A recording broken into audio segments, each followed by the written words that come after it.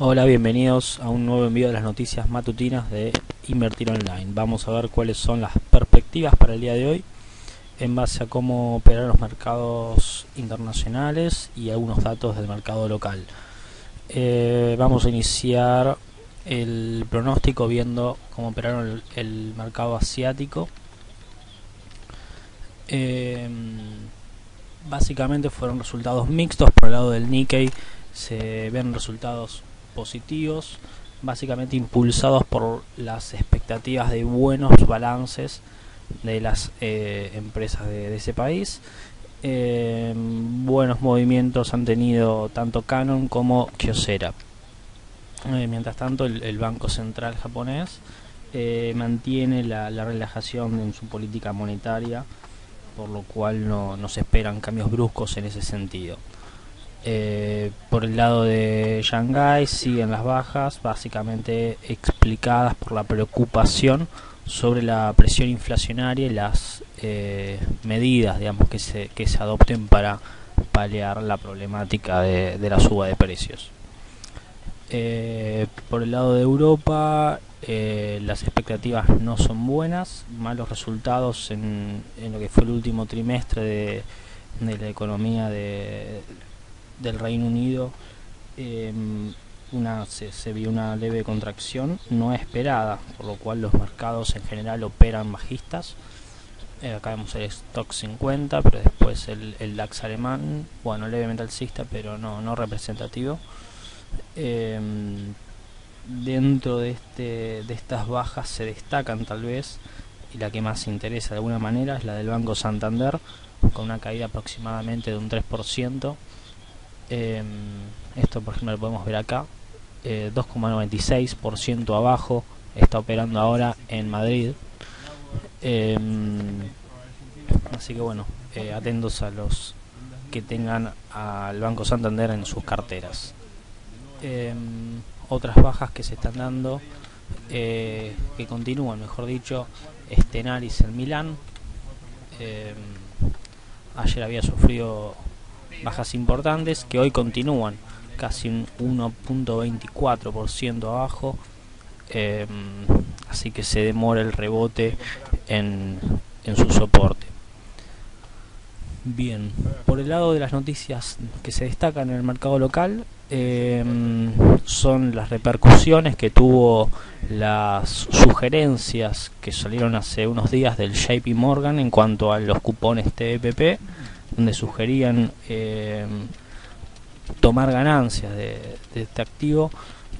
Sin embargo, bueno, diferentes analistas, donde lo anticipamos también por vía mail en Invertir Online, sugerimos aprovechar esas bajas y recomprar, o incluso los que estaban afuera, incorporar el cupón TPP a sus carteras, dado que desde el punto de vista tanto nuestro como de otros analistas, coincidimos en que todavía le queda bastante más recorrido, y sentimos de alguna manera con los estudios publicados por Wall Street. Por otro lado, bueno, y mencionado, que me olvidé de decir, referido a las negociaciones con Club de París, salió ayer que se van a demorar hasta junio, lo cual, si bien no es una noticia muy favorable, tampoco es de preocupar, entendiéndose que aún así se va a llegar a una resolución, y seguramente a una posible quita en los intereses a pagar.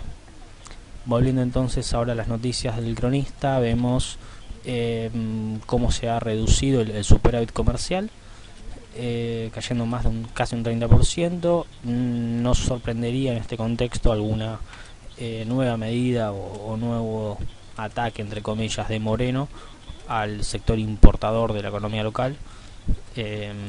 Vamos a ver entonces cómo evoluciona las medidas políticas comerciales en este sentido. Yendo entonces a las noticias internacionales, arranca hoy la reunión de la Fed. Sin embargo, digamos, coincidimos con lo que anuncia Cronista. No esperamos grandes cambios en cuanto a tasas de interés, ni ningún dato importante que pueda llegar a mover desde el punto de vista monetario a las variables macro.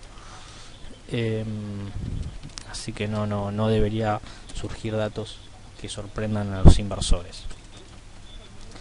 En cuanto al otro dato que digamos causa bastante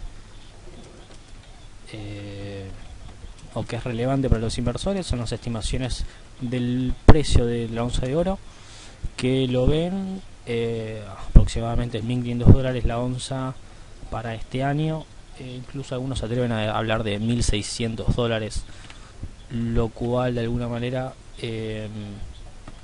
tranquiliza a aquellos que han tenido unas bajas importantes en las últimas semanas. Acá vemos el gráfico de evolución. Vemos que digamos ha sufrido caída importante de hasta los 1.335, pero bueno, dado este pronóstico, la señal sería mantener o incluso aprovechar esta baja o esperar un rebote para reingresar en, por ejemplo, un ETF, el GLD. Como hablamos recién, las bajas en Europa se explican por los malos datos en Inglaterra. Incluso ha habido lo que fue diciembre un aumento en el índice de precios de un 1%, para que se den idea, es la mayor alza en historia para un solo mes, y eso ya causa más que preocupación en los responsables de la economía británica, por lo cual digamos se recurriría, como bien titula el cronista, a una solución típica y ortodoxa en cuanto al aumento de tasas, para contraer de esa manera un poco la economía y la baja de precios.